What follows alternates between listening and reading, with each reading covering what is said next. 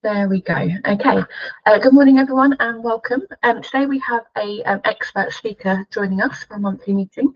Her name is Emmer Sayers, and she is a nutritional therapist. And today she's going to help us learn what we can eat for better brain power, sharper thinking, and more consistent energy. So I'll pass over to Emma, and she can take it from there. Thanks, Maddie. I'll just pop my slides up. Let's just find them. Okay, there we go. Okay, slides there. Good. Yep. Okay, good morning, everyone, and welcome to Fuel Your Focus.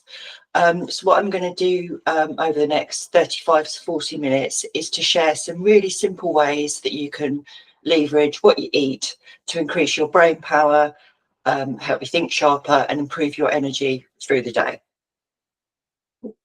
So I'm in the wrong bit. Just need to move my slide on. Okay, so I'm Emmer Sayers. I'm a registered nutritional therapist, and I also run an HR consultancy. And I did come to those two careers after spending many years, more than I care to remember, in kind of busy corporate HR jobs. And in 2019, I had a bit of a midlife crisis, and I decided to go back to university and get my master's degree. And rather than doing it in HR, which would have been a sensible and easier option, I decided to follow my passion and ended up doing a master's in nutritional science and practice, and I ended up with a whole other career stream. So on the nutrition side, I work one-to-one with clients. Mostly clients have got a range of health issues, things like IBS, chronic fatigue, hormonal issues. I also do sports nutrition. So I work one-to-one with clients. I also run group programs, and I deliver sessions like this for workplaces on a whole range of nutrition and well-being subjects. So before I start, one of the things that I've noticed in workplaces and when talking to business owners, when we're thinking about how to improve productivity, we tend to think about things like systems, so IT systems, Trello boards, color-coded calendars, productivity hacks, those kinds of things. Or we look inwardly at ourselves and think that we're not intelligent enough, organised enough, or we get too easily distracted. But we rarely think about how we're actually fueling ourselves on a day-to-day basis, and literally how food affects our brain, our productivity and our focus, and it does have a massive effect. And I hope by the end of the session that you'll understand that. So you're probably here because you want to avoid energy crashes, manage cravings through the working day. I'm going to talk about what to eat to support brain function and mental clarity. And then I'm going to touch on why sleep, stress and circadian rhythm all play into that. There is time at the end for some questions, so just pop them in the chat and then we'll just have an open forum at the end. I have got a download, which I'll share the link for you, which covers everything that I'm going to go through. So you can download that at the end rather than worrying about sort of making notes. So let's get started then, and let's start about looking at what goes on in your body on a typical working day and why your focus and energy can drop so suddenly.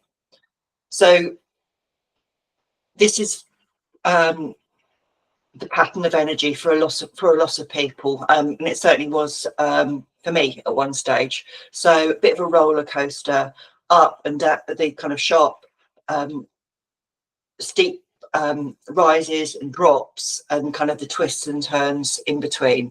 And there's actually a biological reason why your energy and your focus rises and falls like this. And as I say, it's not about willpower, it's not about age, it's not about working hard enough. It's about what's actually happening inside your body. So let me show you that. So this is the blood sugar roller coaster. So this is kind of getting behind the roller coaster. And I know there's blood sugar sounds like something that only diabetics need to worry about, but actually blood sugar sits right at the center of how your body and how your brain work. So let me show you what I mean. So on this graph, you'll see two green lines here, and that's the range of blood sugar that your body and brain want to perform at the level that they optimally, and keep you kind of nice and balanced through the day. But what actually happens for a lot of people through the day is they eat, start the day off with sort of toast and cereal, kind of quite sugary, carby foods. And then what happens is your blood sugar rises quite quickly, and it rises beyond those kind of green lines up to a really a peak level, which gives you a burst of energy. What then happens is insulin comes along and it removes that excess blood sugar from the excess sugar from your blood and shoves it into the cells, basically. But what insulin does is, because your blood sugar has gone beyond that kind of optimal level, it removes too much blood sugar. So what then happens is you get that dip a little bit later. And then you kind of feel tired, low, can't focus. And then what happens is your body, because your blood sugar's gone out of that optimal range, you then start craving something kind of quick and fast to feel better. So then you have something else, maybe some biscuits or something like that, and your blood sugar spikes again. Insulin comes along again, removes the sugar from the blood because it's gone beyond that optimal level, takes it down below just to make sure. And so the sort of cycle continues all day long. And that was before I kind of got deep into the study of nutrition. That was certainly what my kind of working day looked like. Good points and bad points, and everything in between. So before we go down the rabbit hole of glucose monitors and glucose goddess and those sort of things, the good news is, for most people, you don't need to worry about apple cider vinegar and all of those things, because actually getting it right is really simple, and I'll explain how you do that in a second. But before I do that, I just want to take a quick step back and look at some of the basics of nutrition. And some of you might already know this, but the biggest units of food we have are our macronutrients, so carbs, proteins and fats, in short. Macronutrients are simply the nutrients that your body needs in large amounts, obviously macro meaning big, and they're the main components of all the foods you eat. As I say, carbohydrates, fats and proteins. Everything that we eat is made up of one, two or all three of these, and that kind of Venn diagram sort of shows where things sit in the carb, fat and protein. And you see there's some things that cross over all three of the macronutrients there. So carbs, in short, are your fuel. Some work quicker than others, and I'll talk about that in a second. And they give your brain and your muscles fast energy. So that's food like oats, fruit, potatoes, rice, sour bread, all of those kinds of things. Protein is your builder and stabilizer, so it keeps you full, it builds your muscles, supports your hormones, and it also helps slow the release of energy from carbs. And it's in things like meat, fish, egg whites, protein powders, and those kinds of things. And then fats are your long burn fuel. They support your brain, your hormone health and your mood, and they also are quite satisfying. So things like oils, butters, avocado, which obviously which you can see here sits between fat and carbs, and then nuts sit in the center here. They've got all of the macronutrients in. So I think the point I would like to make here is that the goal isn't to, and none of these things are good. None of these things are bad, and we do tend to think about them as different things. So carbs are bad, proteins for bodybuilders, fats are fattening, that kind of thing. But the reality is we need all of these things in our diet, and the idea isn't to cut any of them out, it's to balance them, and that's how we keep our blood sugar between those two green lines we talked about earlier. I just want to talk about the different types of carbohydrates and how they affect your energy and focus. And then I'll start talking about what you can do to level things out. So not all carbohydrates behave the same way once they hit your bloodstream. And there's our green lines again. So if we look at that red line here, that's the sort of blood sugar spike that you'll get from things like fizzy drinks, Haribo, that kind of stuff. So you eat them, really quick burst of energy, and then it drops about 45 minutes later. And you kind of see that with, if you give your children too much Haribo cake just on its own, they go mad, and then crash a bit later. So that's what's happening there. The amber line is your blood sugar spike from refined carbs, and I'll explain a little bit more about what they are. So that's not your pure sugar, that's things like cakes, pastries, those kinds of things. So you eat them, just about an hour or so later your blood sugar will kind of go beyond that zone, the green zone, and then about 2 hours later it crashes, and then you're kind of wanting something else again, and you're feeling a bit sort of tired and depleted. And then finally, if we look at the blue line here, this is like a modest blood sugar release, and that you get that from things like whole grains, anything brown really, pulses and vegetables. And you can see when you eat those sorts of carbs, you keep your blood sugar in that green zone. So the idea isn't you keep it should rise and fall through the day, but you kind of keep it in that zone. So my first sort of top tip about fueling your focus, and it's one of the simplest ways to transform your energy, is to swap out these sugary and refined carbs for whole grain complex carbs. So it's a bit like the difference. So things like sugar, effectively it's like putting paper on a fire. The refined carbs are a bit more like putting kindling on a fire, whereas your complex carbs, you're sort of slow burning logs. So that's a way to think about it. So let's have a look at what those things are. So say first tip would be to try and minimize those simple carbs, and I don't mean cut them out, because life's too short not to have cake and chocolate and those kinds of things, but just minimize them, and where you can, replace them with the brown carbs, the fruits and the vegetables and things like that. So swap your paper for logs, if you like, your complex carbs.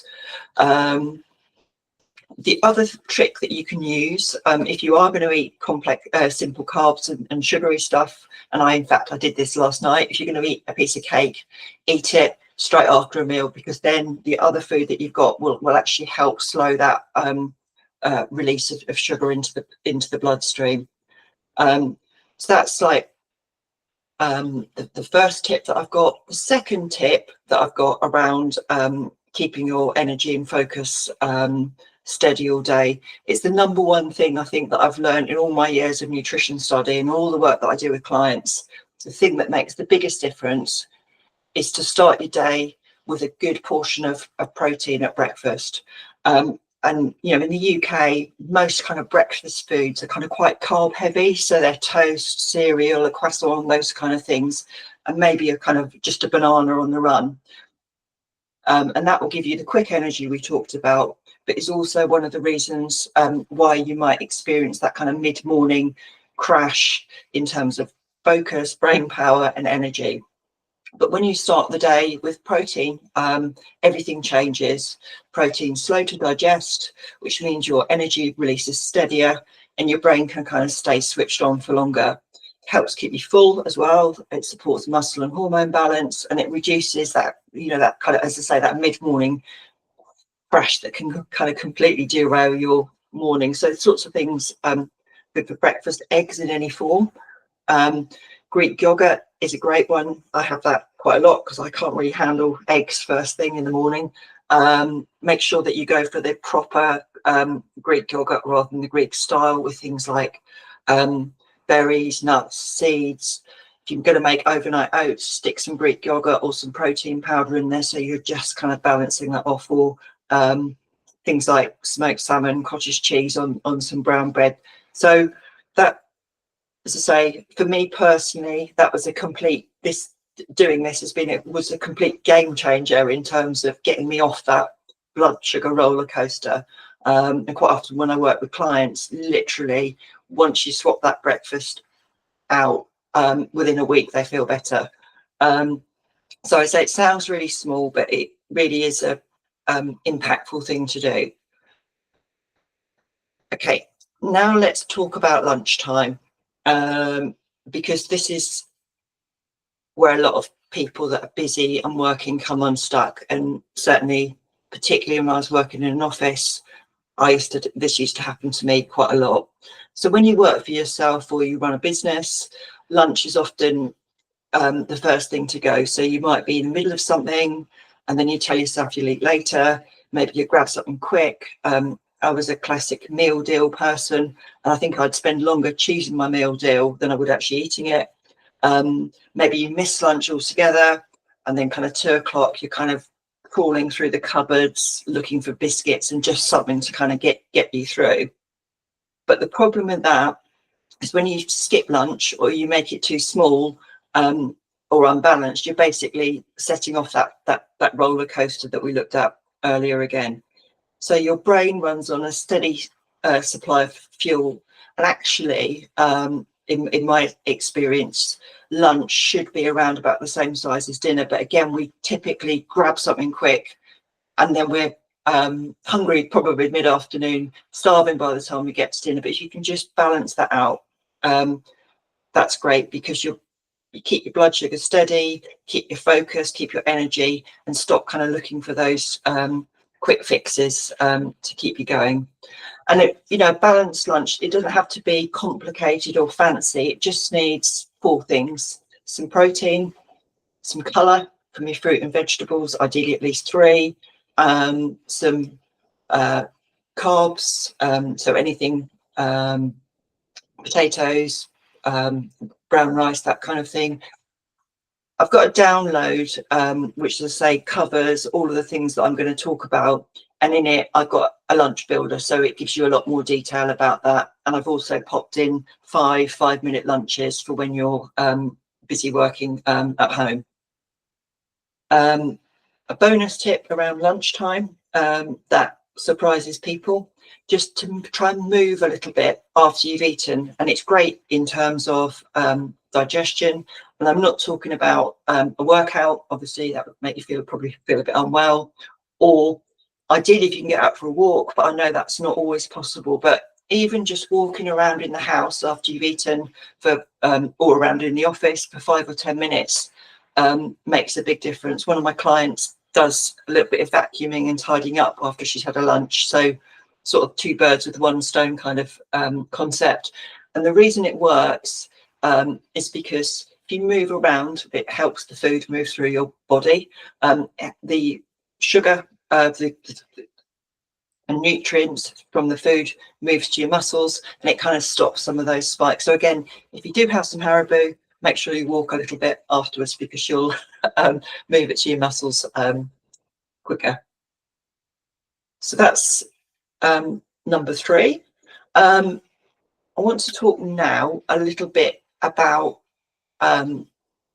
your brain, because your brain only weighs about 2% of your body, but it uses around 20% of your energy.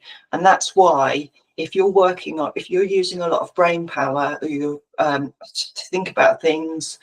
I used to find this particularly when I was studying. I'd be sat at my desk studying, not really moving around, but be really hungry. And that's because your brain uses 20% of your energy. So that's why it's really important to fuel it with good quality food. So the blood sugar roller coaster that we talked about earlier, your brain actually feels this more than any other part of your body in terms of your focus, particularly in terms of your focus and your mood. So when your energy spikes and crashes, your focus does exactly the same thing. So if you can keep your blood sugar steady, you will fuel your brain as well. So also in terms of specific nutrients your body needs, nutrient dense foods, which as I covered in my download. So things that are full of vitamins and minerals. I'll talk about some of those in a minute. Other ones that kind of fuel your brain. So people often use the analogy of you wouldn't put cheap fuel in a high performance sports car. So if you're relying on your brain to run your business, you need to make sure that you're going for the highest quality fuel that you can in terms of feeling better and keeping your focus and energy and those kind of things. And I'm not saying don't ever have a treat or a takeaway. I do, but what matters is what you eat most of the time. So a good rule of thumb is kind of 80% good stuff and 20% for the fun stuff. So we've talked about the big stuff. So we've talked about balancing blood sugar. We've talked about carbohydrates. We've talked about choosing the right ones. We've talked about protein at breakfast. We've talked about the importance of having a decent lunch. But I want to zoom in now on the smaller things that make a big difference. So earlier we talked about the macronutrients, so the fats, proteins, and carbohydrates. And now I want to talk about micronutrients. And micronutrients are effectively vitamins and minerals. So you only need vitamins and minerals in tiny amounts, but they have a huge impact on how clearly you think, how steady your energy is, and how well your brain performs. Now, I'm not going to run through all of the micronutrients because we'd be here for several days, and it would probably be quite tedious. I won't do that. I'm just going to focus in on the 5 that really stand out. And when you optimize them, your brain responds really quickly. So the first one is vitamin D. Now, people typically tend to think about vitamin D around things like immunity and brain health. Immunity and bone health. But it's actually really important for your brain, things around mood, memory, and kind of mental clarity. And low levels of vitamin D are incredibly common in the UK. And the reason for that is that we get vitamin D, in short, from sunlight, not from food. And the sun isn't strong enough in the UK for us to get that. And that's why the NHS recommend that everybody takes a supplement between October and April, just so that you do get those vitamin D levels. It's quite an easy vitamin to get tested for. You can follow the NHS guidance, but it's an easy test to blood spot test to understand if you are kind of running low on vitamin D. The next group of vitamins are the B vitamins, and B vitamins help the food that you eat turn it into usable energy. And they also support the chemical messengers, neurotransmitters that your brain relies on for memory, focus, and clear thinking. And low vitamin B12 is particularly common if you don't eat much animal protein, and that can show up as tiredness, brain fog, and feeling mentally flat. And again, it's a really easy vitamin to test for deficiency. And the kind of food sources are whole grains, eggs, poultry, beef, leafy greens, lentils, dairy, fortified cereals. And if you don't eat much animal protein, there's something called nutritional yeast, which is actually it's a bit of an acquired taste, but I do like it kind of sprinkled onto things, which can boost your vitamin B12. So the next one is iron. And iron's job is really simple in the body. It carries oxygen around the body, including straight to your brain. So if iron's low, people often feel wiped out, foggy, they get easily out of breath, and they might be exhausted despite sleeping well. And if you're feeling like that's you, that's also a good micronutrient. It's a mineral, in fact. It is a micronutrient, but it's a good one. It's really quite an easy test for that. And food sources are red meat, liver, not one of my personal favourites, but it is a really good source of iron. Again, your lentils, beans, tofu, leafy greens, nuts and seeds are really good for iron. Next one I want to talk about, and this isn't omega-3s, and this isn't actually a micronutrient, it's a form of fat, but they're essential for brain structure and function. And there's some really kind of interesting omega-3 research around things like ADHD, and omega-3s help your brain cells communicate, support memory, and they play a role in long-term cognitive health. Main food source of these is oily fish. There is some in some nuts and seeds as well. But if you don't eat oily fish, it's worth thinking about, are you getting enough omega-3s? Again, you can check your levels, and there are kind of supplements that you can get. And if you don't eat, if you're vegetarian or vegan, you can also get omega-3 supplements that are vegan from algae, in fact. So that's number 4. The 5th one to think about is magnesium. And magnesium supports hundreds of processes in your body, including how you produce energy and how your nervous system responds to stress. And most people don't get enough magnesium. And boosting your magnesium levels can make a real difference to energy and having a kind of calmer, clearer mind. It's quite often associated with kind of stress reduction and sleep, magnesium. So food sources, I've moved on a slide. So food sources are things like nuts and seeds, leafy greens, all the things I've talked about before, whole grains, beans, lentils. Dark chocolate's a really good source of magnesium if you get the kind of 70% dark chocolate. Avocados as well, and you can also get supplements. The other thing the brain needs, and you've seen this already because I flipped forward, hydration. And it feels like it's something that feels so simple that it can't matter, but it does make a huge difference. So as well as using 20% of our energy, brain's around 75% water. So even a really small drop in hydration can have a big impact on how our brains work. And you don't have to be dramatically dehydrated to feel it. Even being kind of 1 or 2% below where you need to be in terms of hydration can cause tiredness, brain fog, headaches, and poor concentration. And quite often you don't feel thirsty when you get to this point. So your brain just feels slower, foggier, and you just kind of feel more tired than you should. And a lot of people drink coffee and tea all day long, but forget to drink water, or wait until the afternoon and then drink water. So a really easy rule of thumb on this is to hydrate before you caffeinate. So a really good idea is to have some water by your bed, and before you do anything in the morning, just drink a glass of water, and keep a bottle nearby during the day. This is something that I have to work on, my hydration, because I am a coffee lover.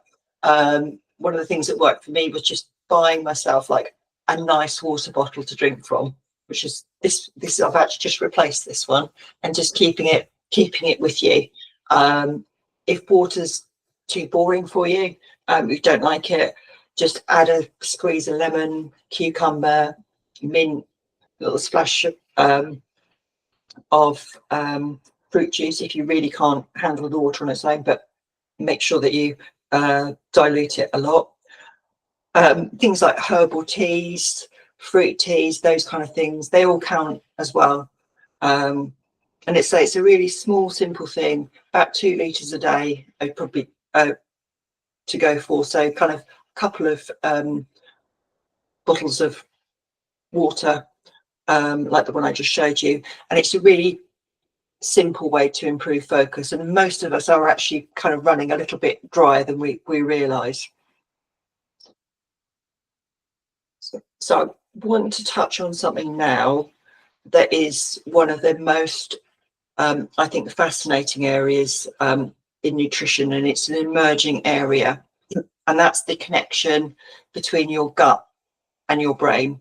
When I talk about the gut, I'm talking about this kind of your large intestine, so this kind of sausage or curled up sausage shaped thing that sits just below the stomach there, because within this and just before your sort of your bowel, because this is home to billions of millions of bacteria, and it's called your gut microbiome. And you might have heard people refer to the gut as a second brain, and there's this expression in the gut feeling, and the reason for that, there is some biology behind it, and it's because your gut and your brain are connected through the vagus nerve, which runs between your gut and your brain, and they're constantly talking to each other all day long.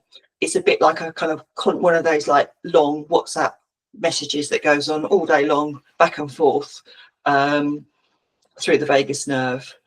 And the conversation is kind of largely driven by your gut bacteria, all of these microbes living in your digestive system. And it's not just about how well you digest food, because obviously they do that, but they also influence your mood, your motivation, your ability to focus, how your body handles stress. And so there's a massive area of research at the moment around the gut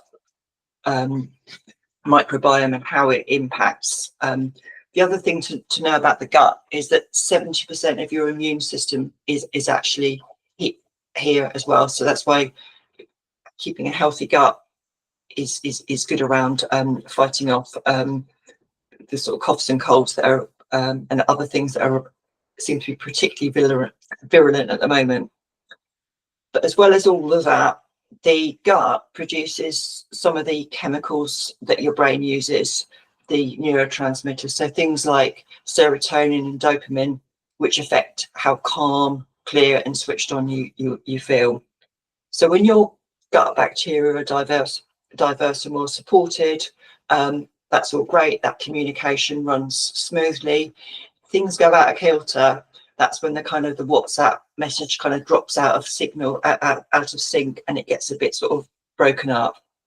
And the sorts of things that can affect how healthy your gut is are things like poor diet, not getting enough nutrition, the wrong sorts of foods going into your body, stress, too little fibre, lots and lots of ultra processed foods, antibiotics, and disrupted routines as well, can kind of scramble, if you like, those messages between your gut and your brain, and that can show up as low mood, cravings, fogginess, fluctuating energy. So can also show up in things like bloating, diarrhea, constipation, those kinds of things. But it's actually the brain element that I think is really interesting. And the good news is that supporting your gut doesn't mean doing a whole load of extra things that I've already talked about. In fact, everything that we've talked about already feeds a healthier gut. So balancing your blood sugar, that removes the kind of physical stress from your body, so your gut's happier. Having the reason I talk about making sure that you have some colour, particularly at lunchtime. It's around supporting diversity of the gut. Things like the swapping out your white carbs for your brown carbs, more fibre, more B vitamins and other vitamins, but actually it helps feed those good gut bacteria as well. Hydration is also really important, and having regular balanced meals. And the other thing to know, and I've touched on it already, is your gut's very sensitive to stress, and we've all had those feelings like when we've got a interview or presentation, but you kind of really feel it in your gut. And that's kind of what I'm heading to next. So I want to talk about something that sort of subtly drains more energy than people realize. And I'm not talking about big stresses. I'm talking about low level stress, that kind of stress that we all have as business owners, about feeling always on. So you kind of, it doesn't need to be a dramatic event. It's just kind of constant thinking, planning, worrying, decision making, that email I forgot to reply to, what I've got coming up tomorrow. Your body responds to all of those things as stress, and the stress response gets your body ready for action. It's the whole kind of fight or flight thing, because at the heart of it we are animals. So your body releases cortisol, adrenaline, which tells your system we might need energy quickly, and that's why stressed bodies are pushed towards things like chocolate, crisps, biscuits, those kinds of things. If you've got a lot, this kind of low level stress, you kind of crave these things to kind of keep going. And so it's not about willpower. It's not about you lacking. It's just physiology. And once you understand that, kind of removes a lot of this, I think, the kind of the guilt around it. But one of the things about staying in this low level stress all day is it's got a cost. So your brain stays wired, your body's tired, and your thinking and energy becomes more unpredictable, so kind of up and down. One of the things that people talk about quite a lot is kind of crashing in the evening, so like flopping out on the sofa, wanting crisps and chocolate and wine and cake and all those things. But then by the time they go to bed, the mind's whirring again, and it's difficult to drop off to sleep. And if you do drop off to sleep, you kind of wake up again at kind of 3 a.m. thinking about all the things you've got to do the next day. And that's where everything that we've covered today really connects. So balancing your blood sugar through the day is going to help with that tired or wired feeling. Having meals, hydration, real food, it takes the physical stress out of your body, and it helps it to switch off and feel safe, so it doesn't stay on this kind of high alert system. Now, if stress is what switches your body on, then your circadian rhythm, your 24-hour clock, is what helps to switch it off. And I just want to talk about how you can work with that to switch off your stress signals. So your internal clock, circadian rhythm, controls when your brain should feel alert, when it should feel calm, and when your stress hormone should naturally rise and fall, which they do through the day. It keeps us awake and functioning.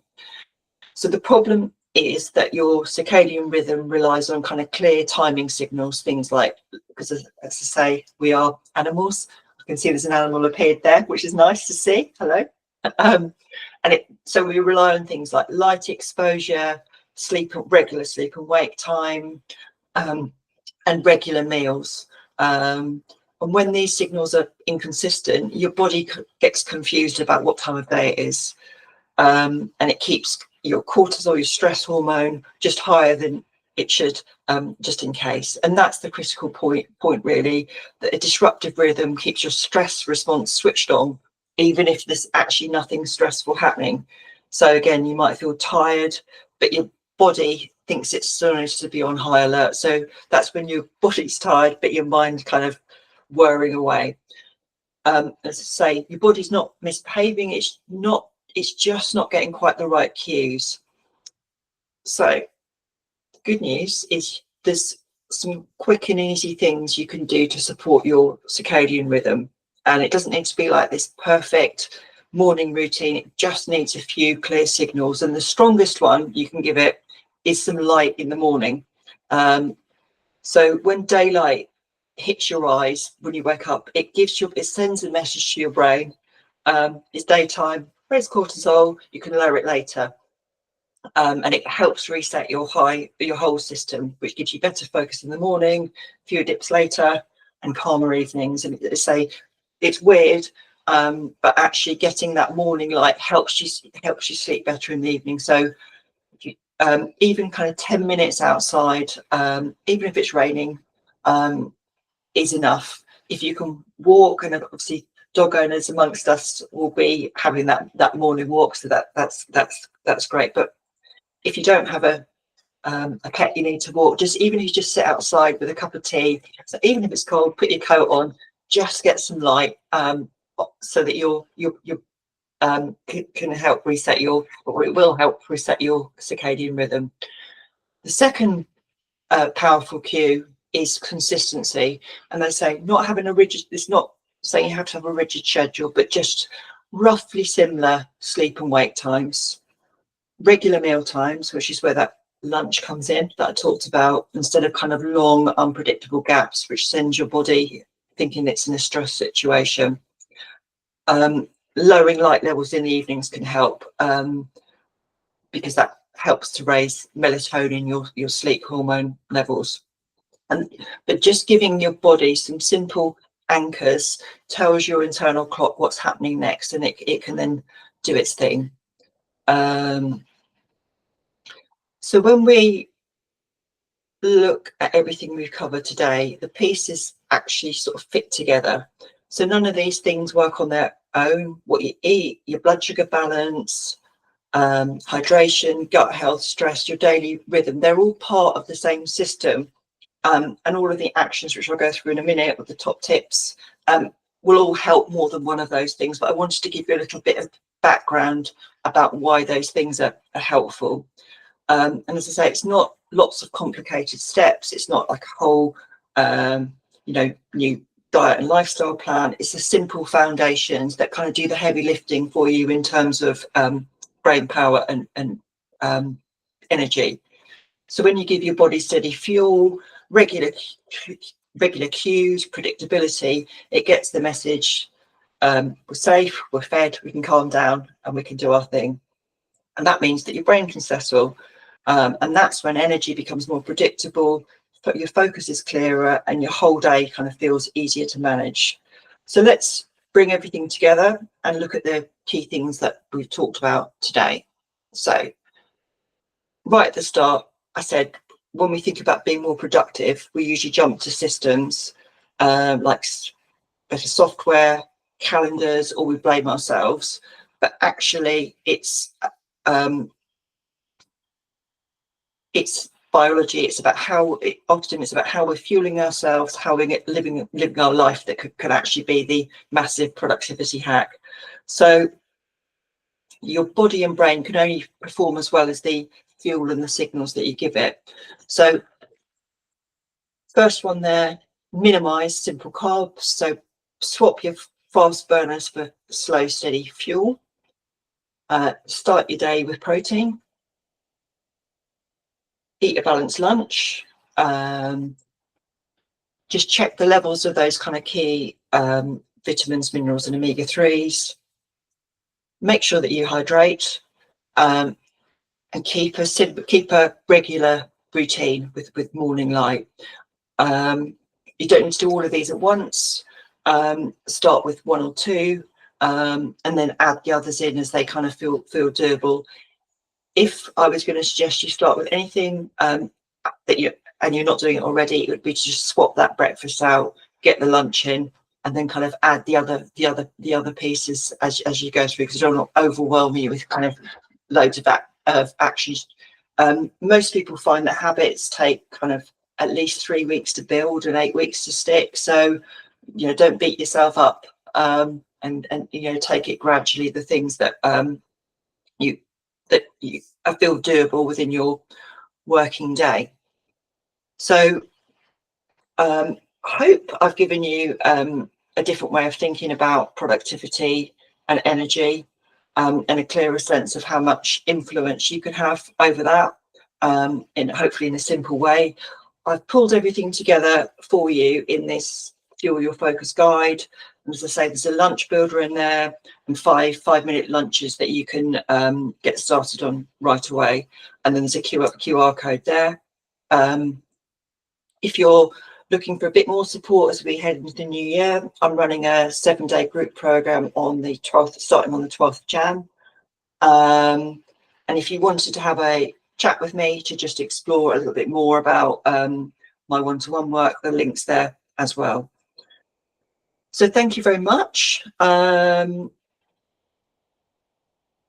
anyone got any questions they'd like to ask? Let me stop sharing. Ooh, yeah, stop sharing. That was all really interesting. Like a lot to take in. Sorry, the dogs decided to join No, in. it's good. It's good. It's good for dogs too to eat well.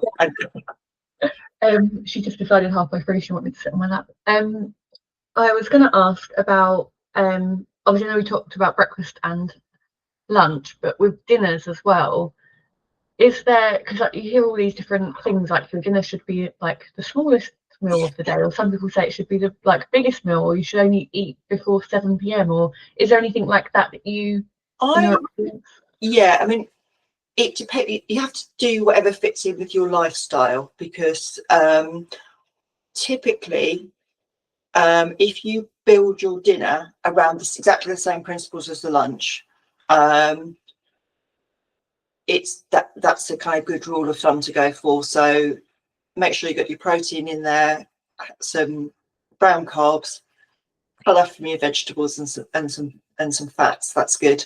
There's a whole raft of stuff around kind of fasting, intermittent fasting, and those kinds of things. I think the thing with nutrition is my answer is always it depends, because it depends on where you are in your life and those sort of things. It's quite good for most people, I say quite good, to have a break from eating overnight. So it's in terms of the way that it's this kind of predictability thing that I was talking about. It's quite good to space your meals, but make sure that you're eating enough at each meal that you're sustained for like 4 or 5 hours to get to the next one. But actually, as I say, it's whatever fits in with your lifestyle. I find if I eat a lot late at night, then it really interferes with my sleep, because your body is still sort of digesting, it's working away on digesting the food, rather than taking you into a sleep. But it is kind of quite individual. Yeah, I think that can go both ways. I had the experience the other week where I think for whatever reason we had dinner like quite early. We eat dinner quite early at home, anyway, I think we had it at about 5 o'clock. Oh. And then I didn't eat anything else, and I went to bed, and at about 1 o'clock in the morning I woke up and I was the hungriest I think I've ever been in my life.